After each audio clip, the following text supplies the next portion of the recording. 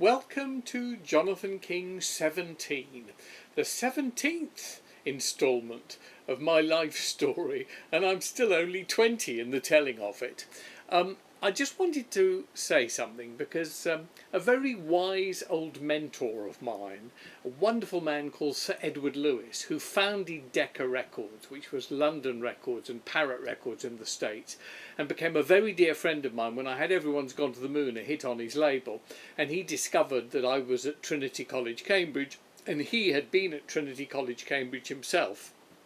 And he was a lovely old man. He founded the record companies in the 20s. And knew everything about the record industry, but by the 60s was getting a little out of touch. And in fact, we became such good friends, I ran the company for him a couple of times before he died. But we used to have dinner together with him and his wife many times, and one of the things he said that he thought was awful about getting old was that all of your friends die. Now, I'm now only 61, which actually these days is not too old, although in those days it was fairly ancient. And I've already discovered that so many of my best friends from the past have died. Double thing, of course, a lot of them died through drug overdoses or leading a stupid lifestyle or catching AIDS or one of the bad diseases that's come up over the years. And of course my older friends were dying of old age and all the rest of it. It is a very sad thing, and you notice it more and more. I'm sure Peter, Geriatric 1927, can fill us in more on that, but it really is depressing because you look back, like I'm doing in all these instalments of my autobiography, and you remember all the people who were very fond of you and who you were very fond of and who are now just passed away. And I thought of that over the last couple of episodes where I was looking at Kenny Everett, for example, and Keith Moon and John Lennon and my dad, of course, who died when I was very young.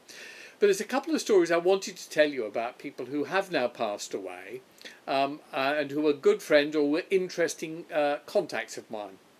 I told you about Jimi Hendrix, and there's been quite a lot of reaction to my stories about Jimi Hendrix. But the one thing I didn't tell you was the story of how I made him a star.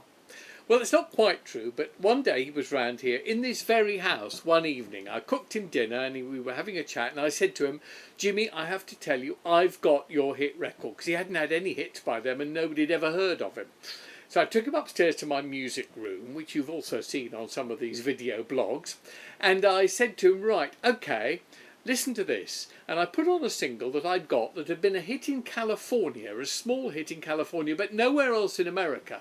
But I loved it, and I came back and I played it to him. It was by a group called The Leaves, and the song was Hey Joe. Anyway, he absolutely loved it and said, oh, you've got to give that to me. I said, no, this is the only copy. And I've still got it, by the way. I will make you a cassette tape, which we did in those days. Illegal. Very naughty, Jonathan. Breach of copyright. And I gave him the tape, and sure enough, he recorded it. It turned into a huge hit, and I still have the letter from him saying, Jonathan, my dear, many thanks for being the one to play me the song that made me a star. Love, Jimmy. Probably worth a fortune, that letter these days, but it was very nice to get. The other thing I wanted to mention was Marlene Dietrich. What I mean thing. She was probably the most beautiful woman and the biggest star of the 20th century. Anyone who saw her in that era in her films knows that. Anyway, one day after I'd done Everyone's Gone to the Moon, my phone rang here at home, and a voice said, hello, is that Jonathan King? And I said yes, and she said, this is Marlene Dietrich. And I went, ha, yes, pull the other one. He said, no, I'm being serious, it is Marlene Dietrich. Anyway, it turned out it was Marlene Dietrich, and she absolutely loved not only Everyone's Gone to the Moon, which was the A-side of my hit, but the B-side, which was called Summer's Coming. And she said, I am going to record them both, and I'm going to do them on stage because they are the best songs ever written. And her arranger was Burt Bacharach, but his wife, Angie Dickinson, was having their first baby, so he was in California and he couldn't come over for her concert tour. But she insisted that he wrote the arrangement and phoned it through to a musician in Britain.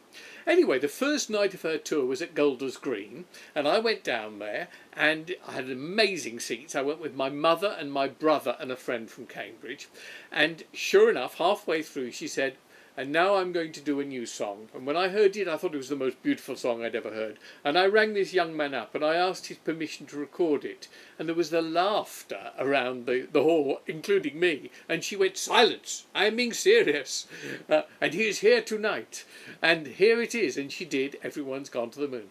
Streets full of people, all alone. Roads full of houses, never home.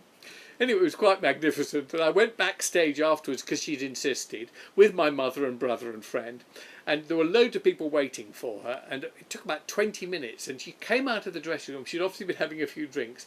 She staggered out and said, "Don't tell me he has not come. Don't tell me Jonathan King is not here." So I stepped forward, rather posh public school, and cleared my throat. "Yes, Miss Dietrich, here I am."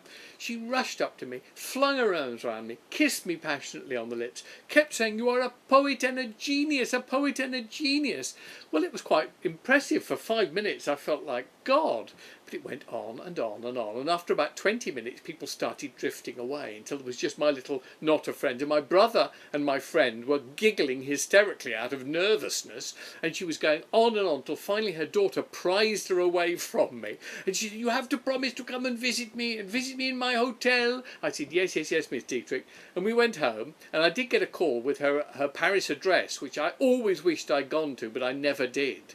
But that was my encounter with Marlene Dietrich, and quite an encounter it was with a legend.